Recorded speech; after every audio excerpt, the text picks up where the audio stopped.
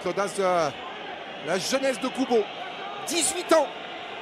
Le numéro 21 des Japonais, le joueur du FC Tokyo, avec 5 joueurs présents dans la surface de réparation. Darias, la tête directement dans les gants du gardien chilien. Et toujours 5 dans la surface de réparation de Zako pour ce corner en faveur du Chili, le 4e dans cette première période. Moins de 5 minutes encore à jouer dans ce premier acte du deuxième match du groupe C. Et enfin des coups d'accélérateur proposés par cette formation chilienne. L'ouverture du score par l'intermédiaire de Pulgar. Le premier but en sélection pour le numéro 13 des Rouges. Les doubles tenants de la Copa América ont laissé venir. Les doubles tenants de la Copa América ont fait parler l'expérience. Chili 1, Japon 0, grâce à cette tête du grand Pulgar, le numéro 13 qui fait parler son 1m88 pour venir faire la différence et tromper Osako. Il faut évidemment aussi maintenant tenir pour les Japonais, ne pas avoir la mauvaise surprise comme ça, même si les Chiliens ne vont pas être très agressifs, effectivement, je pense, sur ces dernières minutes de première période. Et de rester quand même bien en place, de ne pas être trop perturbé. Oh oui, ça c'est un super ballon avec Ueda pour venir récupérer, sans pouvoir trouver le cadre de la part d'Arias sur une passe géniale dans la profondeur à destination d'Ayase Ueda. Et ça sera la vraie problématique forcément de cette formation japonaise qui progressivement, et plus l'on rentrera dans le match, va se mettre à courir après le ballon, puisque la possession, elle était largement chilienne en première mi-temps. Elle est encore plus depuis le début de cette deuxième période. Arongis pour venir s'appuyer sur Eduardo Vargas. Isla, la récupération, il y a du monde dans la surface de réparation. Vargas, avec ce ballon dévié,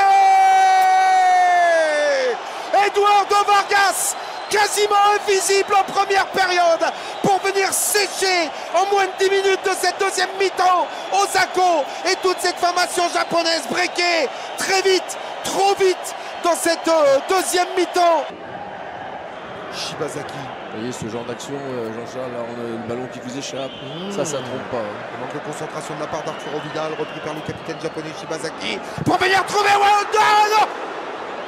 Oh, c'est la deuxième pour le tout jeune attaquant japonais.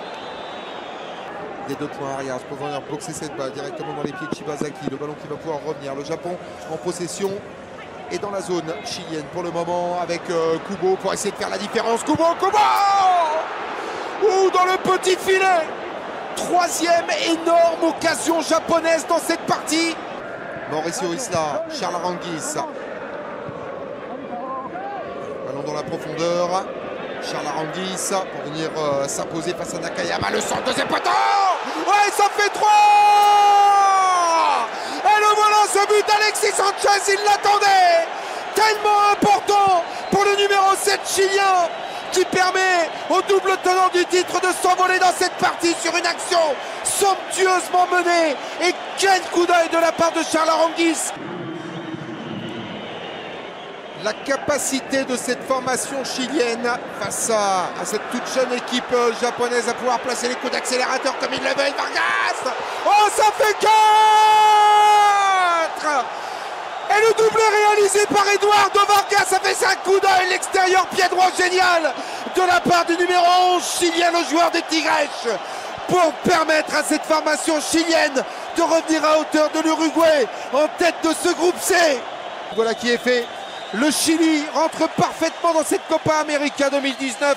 Les doubles tenants du titre s'imposent 4-0 grâce à des buts signés Pulgar, Vargas à 2 reprises et Alexis Sanchez. Une formation chilienne, Patrice, qui aura mis 40 bonnes minutes avant de rentrer dans sa compétition, mais qui aura globalement bien maîtrisé et été bien plus intéressante dans cette deuxième période.